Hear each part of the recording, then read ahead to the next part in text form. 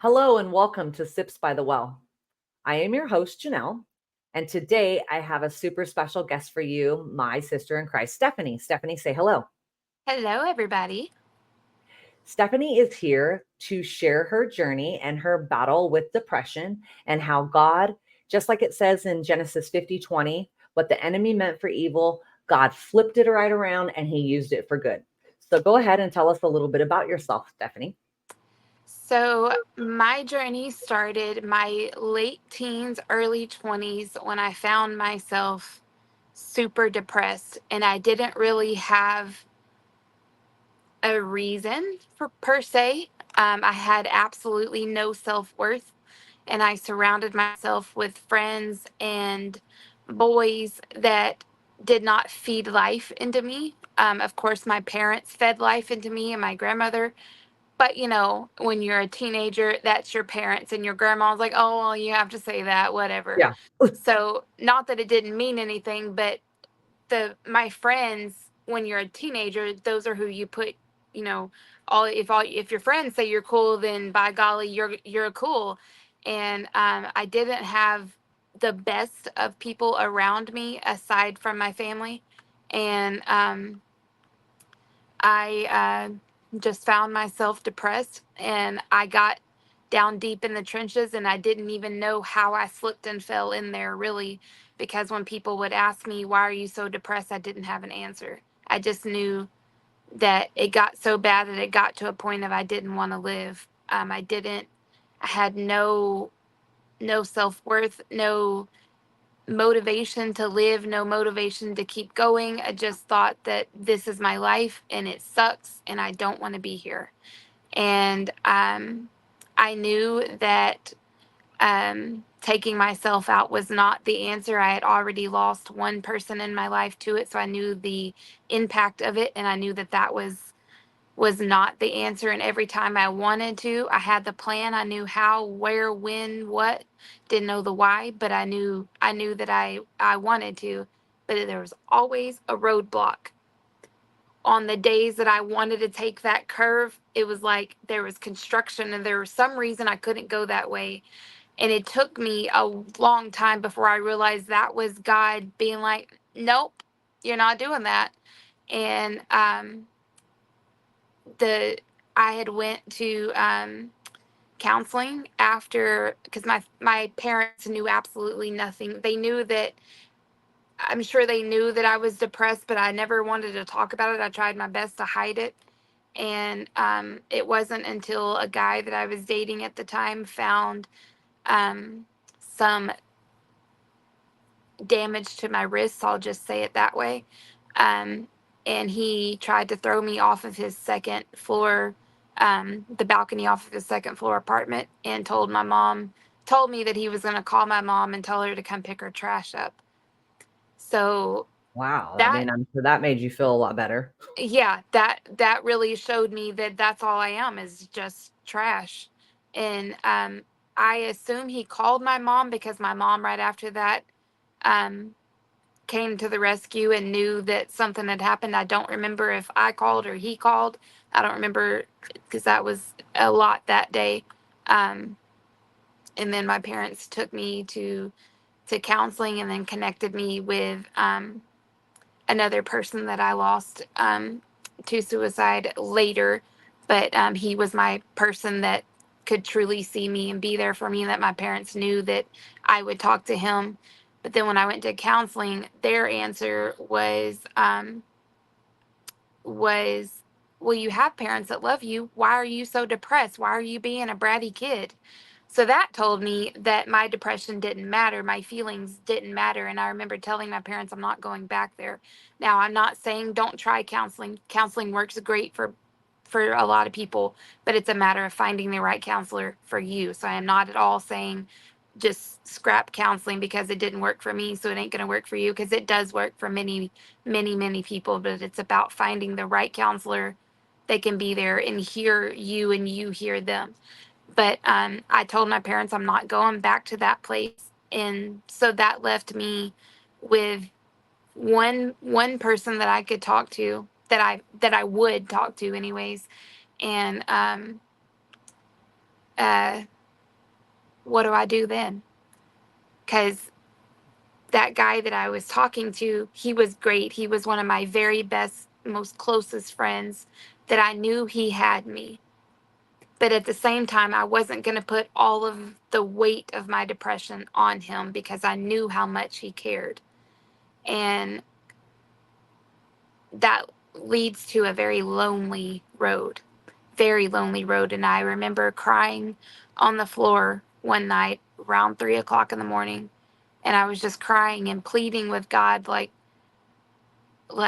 I talk to God. I've always talked to him like he's my best friend. Like, however I would talk to my dear friends is how I talk to God. And I just remember saying, like, dude, like, if you are not going to let me take myself out of this, you got to take it, because I can't.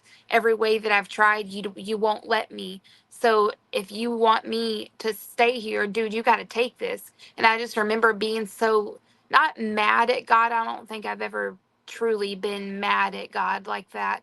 I've been frustrated with things not going my way, but I just remember being stern with him and saying, God, you have to take this, because I can't carry this anymore. Either send someone to take me out right now if you're not going to let me do it, or you got to take this.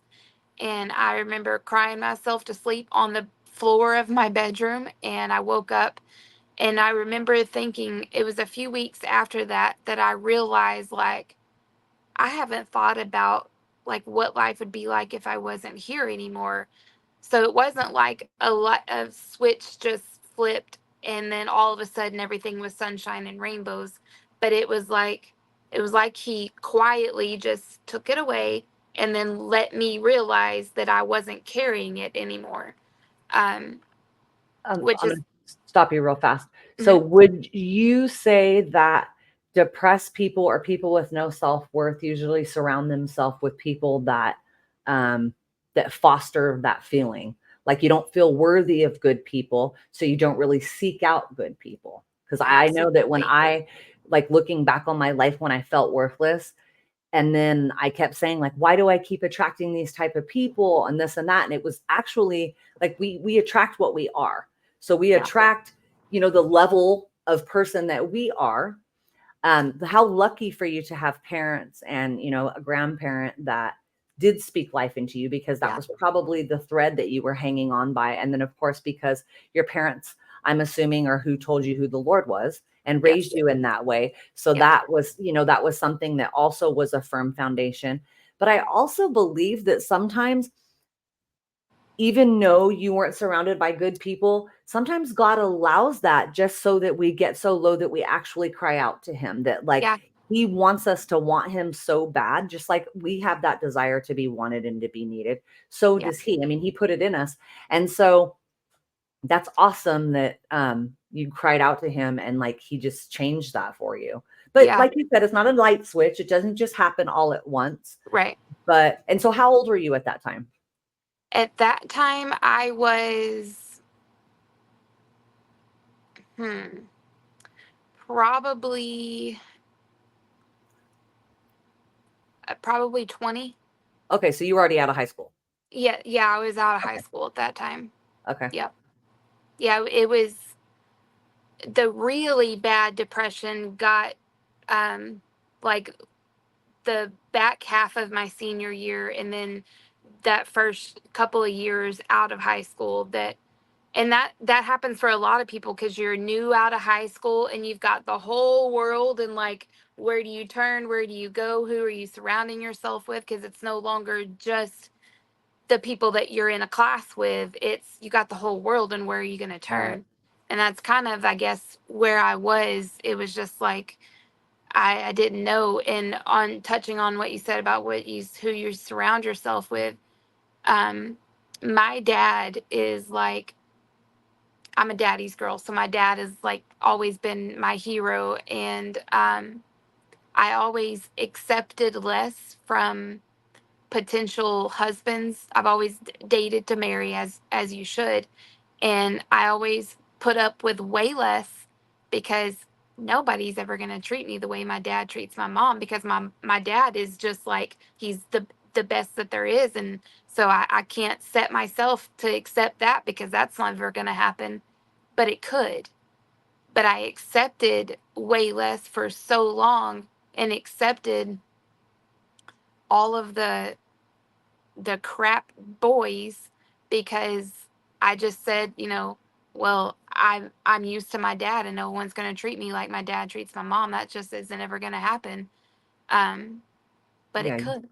You see how the enemy uses even wonderful things in our life to try Yes. to flip them up? Because instead of how you probably view it now, I have a wonderful example of what a real man is supposed to be. A real, a man of God is how he's supposed to treat a Yep. woman. And instead, you viewed it as, okay, this is an unrealistic expectation. And so Yeah. why set myself up for disappointment? And I'll just settle. Yep.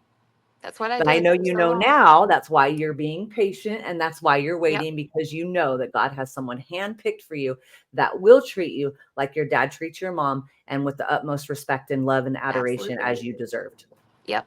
And God has given me such a peace about that, that even though I'm single and I desperately want to be a wife and to have a godly husband, until that man shows himself, I'm okay and I'm Amen. at peace. And I feel, even though there's an empty spot for that husband one day, I still feel like God is standing in the gap for that person. But that is definitely something that helps get away from depression, is finding that peace from God when your life isn't what you wanted it to be, but you can still have peace. And so like that kind of segues into the next chapter after that, when I knew that I needed to do something different from being depressed. And once I felt that feeling, I truly know now. And I think I knew back then, but I wasn't standing firm in that. It was just a slight feeling, but like maybe this is why. But I truly feel that God allowed me to go in that season of that deep darkness because I was in a tunnel with absolutely no lights, none whatsoever. I could see light in everybody else's life, but none in my own. And I truly feel that God let me sit in that feeling for a little bit, um, because He needed me to be able to say, I've been there and I get it and I understand. So I can see people. I can tell when someone deals with depression without them even having to tell me because I can see it. Um, and I think that was God's plan all along, because that's what my life is now, is being there for people that have been depressed. Um, and then, like, so I believe that the healing of my depression was probably, um, I'm going to say around, hmm, probably around 2010 to 2012, that it really got, um, like solidified, like I'm healed from that, like depression no more.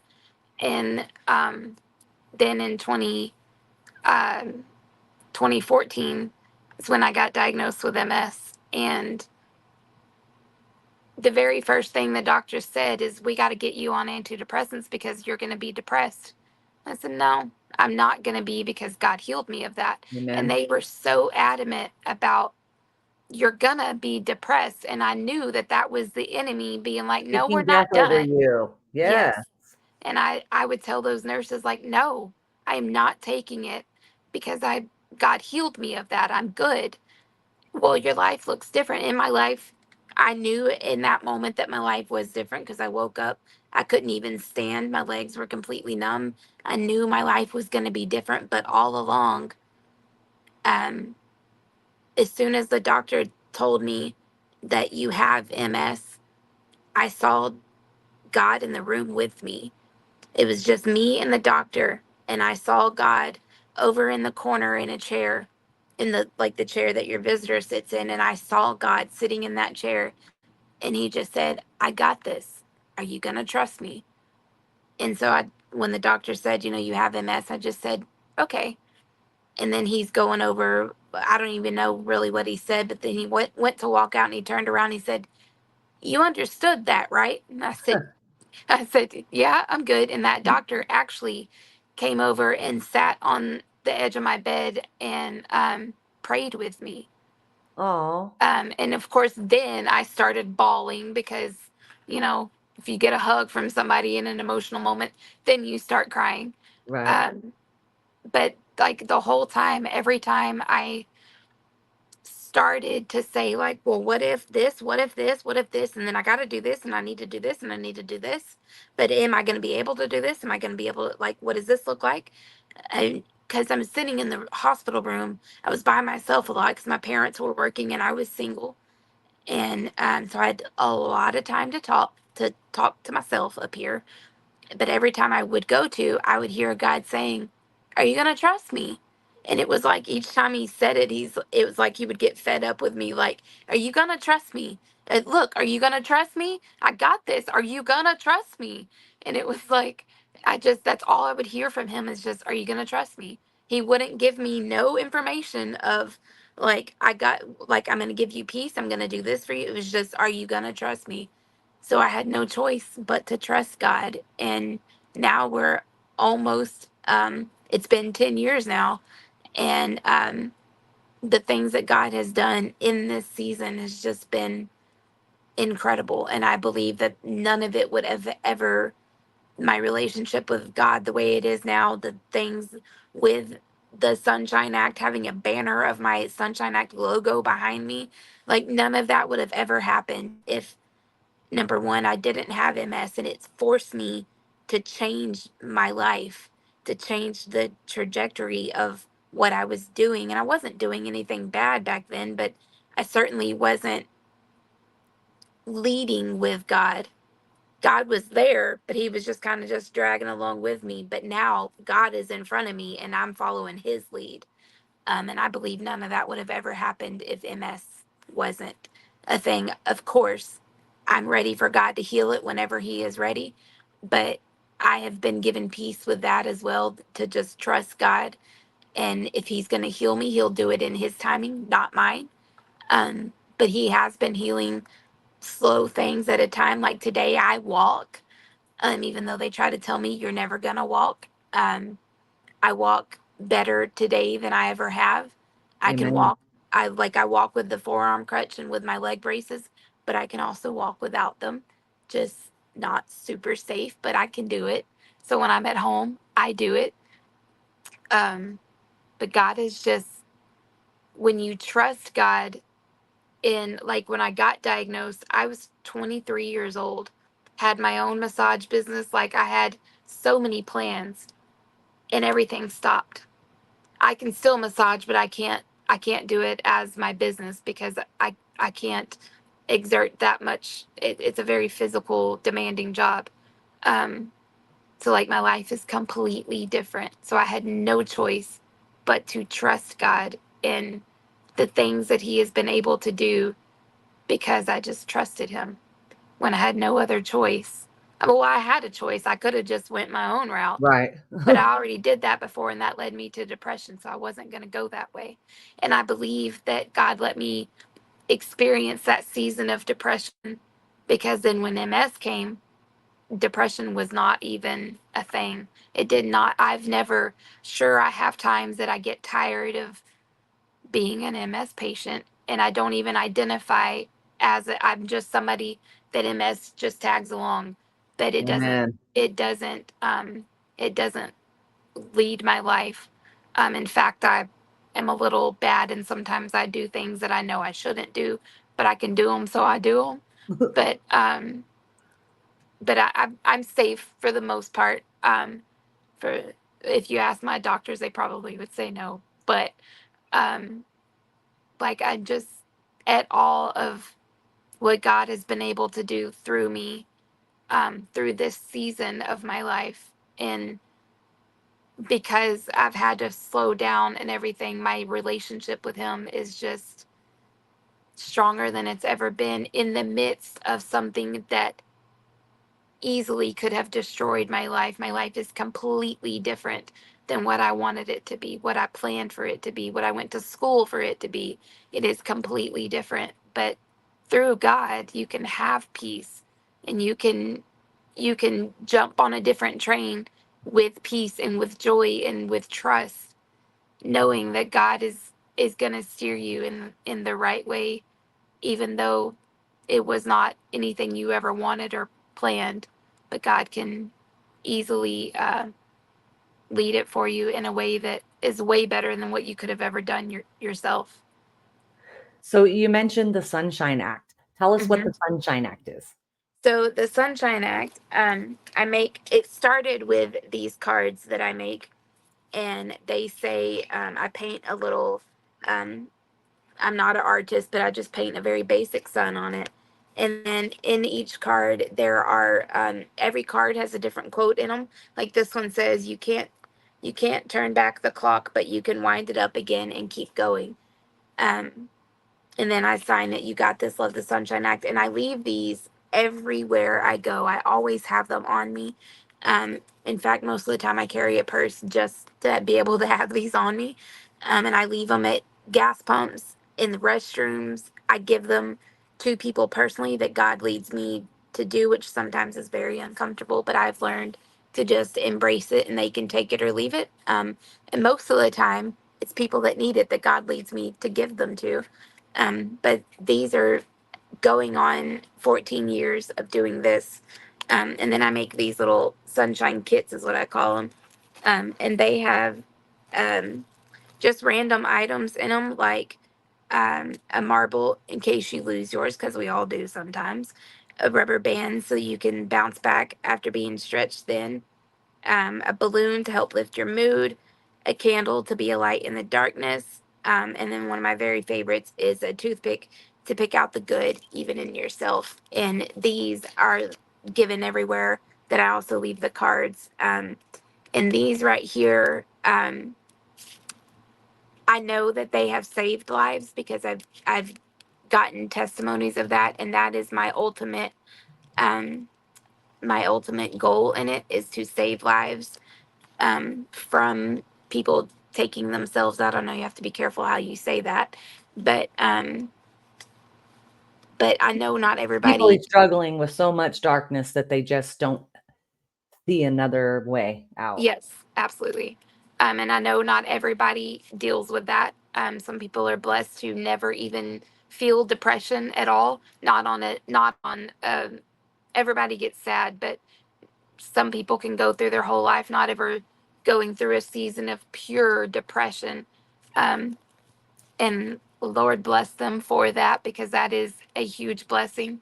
But every single person in this whole wide world has a hard day. Sometimes they have frustrating days. They have days that Mhm.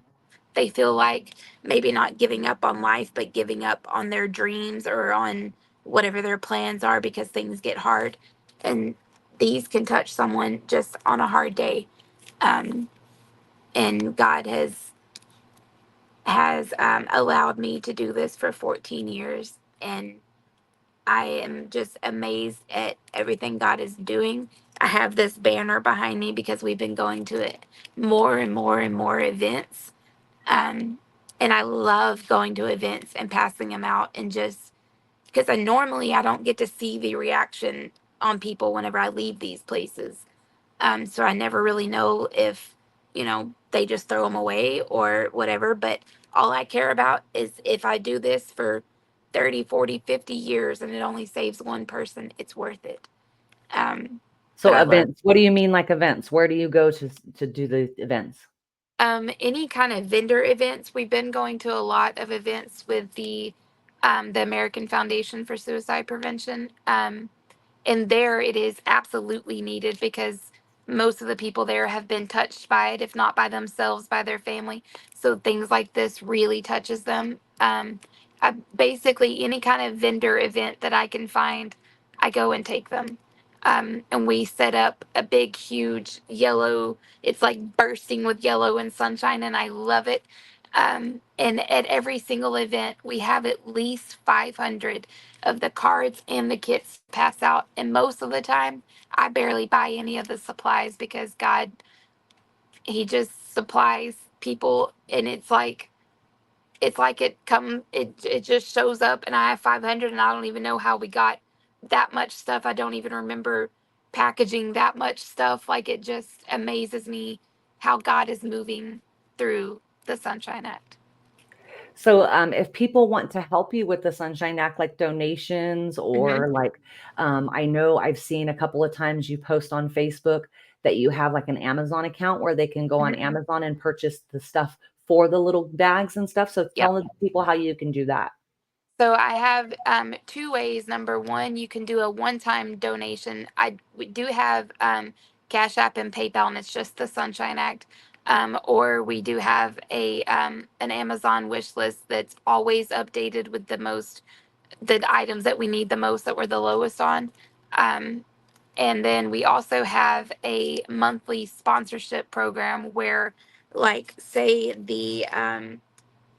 there's tissues to wipe away your tears. If that speaks to you, what you do is once a month you buy a package of tissues. And some the items cost between $5.99 and $25.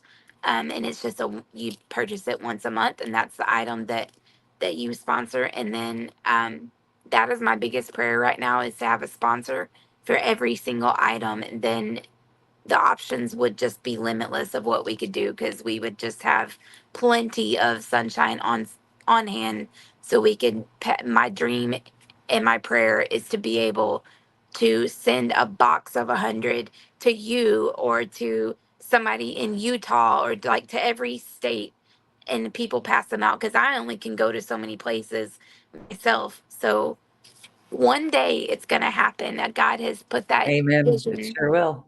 Yeah, Well, he's put you that how do you vision know on you're me. walking in God's will, when everything's already provided for? Like you said, Hmm. you had so many of them and didn't even know how they got there, Yeah. Just like when Jesus fed the 5,000 and they only had 2 loaves and 5 loaves and 2 fishes, and it just Hmm. kept multiplying and multiplying. Yep. I know that you are walking in God's will by spreading this sunshine to people. And what a beautiful thing for you to do, and how the enemy meant to rob you of that and tried to hold you down in darkness. Instead, you came out shining brighter than ever. Yes. So definitely, we all want to be a part of something bigger than us. So Hmm. reach out to Stephanie and look up the Sunshine Act, because she's doing wonderful things out there, saving lives, giving people hope. And isn't that why we're here? I mean, I know that's what I want to do, is just to make, like she said, if we go through our whole lives and we only touch one person, but everybody does it, we can change the entire world. Yep. So, well, Stephanie, I really appreciate you Yes, ma'am. coming on today and sharing your story with us. You're so brave, you're so beautiful, you're so strong, and I'm very proud to call you my friend. Yes, ma'am. I am blessed to have you in my life. And also, um, the new thing is I have a website now, and it's just thesUnshineAct.com. Oh, So I got to you go look can it up. Yes, you can find all the information on there. I sometimes forget, even though I did all the work on it, and I worked really hard on it, but I forget that I had to hold it a secret for so long because I was still working on it. But now it is done, so you can find all the information. This every anything, any questions that you have, it can be answered there. So you have like a where somebody can send an email through that or something if they have Yes. questions? Yep. Okay, cool. Cool. I'm definitely going to have to go look that up, and I'll have to Yes. share that on all the social media platforms I have and Yeah. whatnot, because I believe in what you do, Stephanie. And Thank you. you're a light in such a dark place in this world, everything that's going on. Um, I know it's crazy because with modern day technology and with things advancing like they are, we have more access to help, Hmm. more access to people, or it would seem, with social media and with things, you would think that that the depression and those type of suicide rates would be going down, when in Yep. fact they're actually going up. Yep. So it's wonderful that you've been doing this, that God's given you the longevity to do this, that you were able to look at your MS as something, as a blessing. Because like you said, you have the downtime. I know you've told me when you Yep. have hard days, when it's hard and your body's hurting, you just lay in bed and make make little kits. And so it Yes. doesn't make it so sad that you have to lay in bed because you're like, oh, well, I needed to make these anyways. Yep, absolutely. So if you will give your hurts, your depression, your struggles, all of those things to the Lord, he will turn them for something good. I promise that he will. It may not seem like it right away. Like Stephanie said, it's not a little light switch and it's not going to flick or on or off. But with time and with persistence and with just pressing into the Lord, number one, as Stephanie said, it made her have such a deep um, reliability on the Lord, and then just such an intimacy with him that he longs to have with each one of us. And your story might not be the same as Stephanie's, but there is something in your life that has either plagued you or that has come up against you, or just whatever it is that the enemy meant for evil, God will use it for good. But we have to surrender it to God because he is kind and he is gentle and he's not going to force anything on us. Yep. So I encourage you to be like Stephanie and turn this into something beautiful and to shine. Again, Yes. Stephanie, thank you for joining us today. Don't forget to like, subscribe, share, and go to thesunshineact.com to get further information. Thank you for joining us. I hope you'll tune in next week. Bye-bye. Bye, everybody.